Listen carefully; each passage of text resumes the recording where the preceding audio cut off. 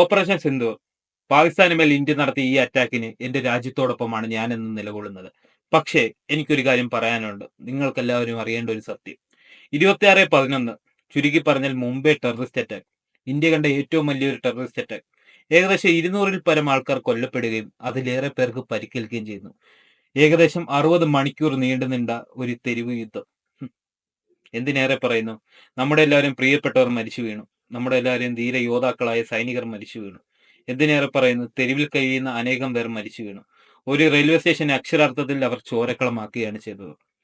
പാകിസ്ഥാനിൽ നിന്നും വന്ന 9ഓളം ടെററിസ്റ്റുകൾ 60 മണിക്കൂറോളം മുംബൈയിലെ നഗരത്തിൽ ജനഹൃദയത്തിന്മേൽ അവർ അക്രമം അടിച്ചേൽപ്പിച്ചു.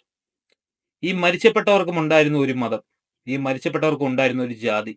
പക്ഷെ അന്ന് ഭരിച്ചുകൊണ്ടിരുന്ന UPA സർക്കാർ അതെല്ലാം കണ്ടില്ല എന്ന് വെച്ചു. അവർ സമാധാനത്തിന്റെ പാതയിലാണ്. നമുക്ക് പീസ് ടോക്സ് മതി. ഇന്ന് ഈ മോഡിയെ കളിയാക്കുന്നവർ അന്ന് ഇന്ത്യ ഭരിച്ചുകൊണ്ടിരുന്നപ്പോൾ പാകിസ്ഥാന് മേൽ ഒരു ചെറു വിരൽ അനക്കാൻ സാധിച്ചു. പാകിസ്ഥാനാണ് ആ അറ്റാക്കിങ്ങിന് പിന്നിൽ എന്ന് നമുക്ക് എല്ലാവർക്കും അറിയാം. അന്നത്തെ നയതന്ത്രജ്ഞർ പറഞ്ഞു, അന്നത്തെ രഹസ്യാന്വേഷണ സംഘടനകൾ പറഞ്ഞു, പാകിസ്ഥാനിൽ നിന്നാണ് ഈ അറ്റാക്ക് നിയന്ത്രിച്ചത്. അജ്മൽ കസബ് എന്ന് പറയുന്ന പാകിസ്ഥാൻ പൗരനാണ്.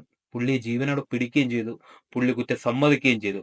എന്നിട്ടും പാകിസ്ഥാന് മേൽ എന്തുകൊണ്ടോ അന്ന് ഭരിച്ചുകൊണ്ടിരുന്ന UPA സർക്കാർ ഒരു ചെറു വിരൽ അനക്കിയില്ല. IPL നിന്നും അവരെ വിലക്കി, അല്ലാതെ വേറൊന്നും ചെയ്തില്ല. അതിനുശേഷം നടന്നു 2019-ൽ ബോംബിംഗ്, 2013-ൽ ബോംബിംഗ്.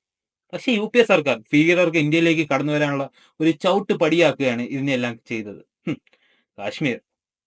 കാശ്മീരിന്റെ ആർട്ടിക്കിൾ 370 എടുത്തു കളഞ്ഞതിന് ശേഷം ഇന്ത്യൻ സൈന്യം അവിടെ ശക്തി ആർജിച്ചു. അതിനു മുമ്പ് നമ്മൾ കേട്ടിട്ടുണ്ട് കാശ്മീരിലെ കല്ലേറ്. എന്തിനേറെ പറയുന്നു, ഇന്ത്യ കണ്ട ഏറ്റവും വലിയ സാമ്പത്തിക നേതാക്കളായ മൻമോഹൻ സിംഗിനെ UPA സർക്കാർ വെറും പാവയാക്കുകയായിരുന്നു. അദ്ദേഹത്തിന് ആഗ്രഹമുണ്ടായിരുന്നു പാകിസ്ഥാൻ ഇന്ത്യയിലെ അറ്റാക്കിങ്ങിനെതിരെ തിരിച്ചടിക്കണമെന്ന്. ഇന്ത്യയിൽ നടക്കുന്ന ടെററിസ്റ്റ് അറ്റാക്കിനെതിരെ അദ്ദേഹത്തിന് സൈന്യത്തെ അയക്കണമെന്ന് ആഗ്രഹമുണ്ടായിരുന്നു. ഒരു സർജിക്കൽ സ്ട്രൈക്ക് നടത്തണമെന്ന് അദ്ദേഹത്തിന് ആഗ്രഹമുണ്ടായിരുന്നു. പക്ഷേ സോണിയാഗാന്ധിയും രാഹുൽ ഗാന്ധി അവർ സമ്മതിച്ചില്ല. അവർക്ക് എന്തുകൊണ്ടോ പാകിസ്ഥാന് മേൽ അറ്റാക്കിംഗ് നടത്താൻ താല്പര്യമില്ലായിരുന്നില്ല.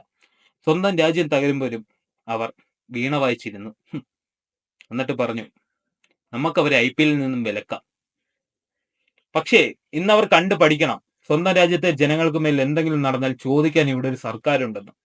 അതിനുമേൽ രാജ്യത്തെ പൊന്നുപോലെ കാക്കാൻ ഇവിടുത്തെ സൈനികരുണ്ടെന്ന്. അവർ നമ്മളെ നോക്കിക്കോളും. നമ്മൾ ഉറങ്ങിക്കൊണ്ടിരിക്കുമ്പോഴും അവർ നമ്മളെ കാത്തു രക്ഷിച്ചോളും. അതിനെല്ലാം അർത്ഥമാണ് ഈ നടന്ന ഓപ്പറേഷൻ സിന്ദൂർ. മരിച്ചുപോയ 26 പേർക്കും കുടുംബമുണ്ട്.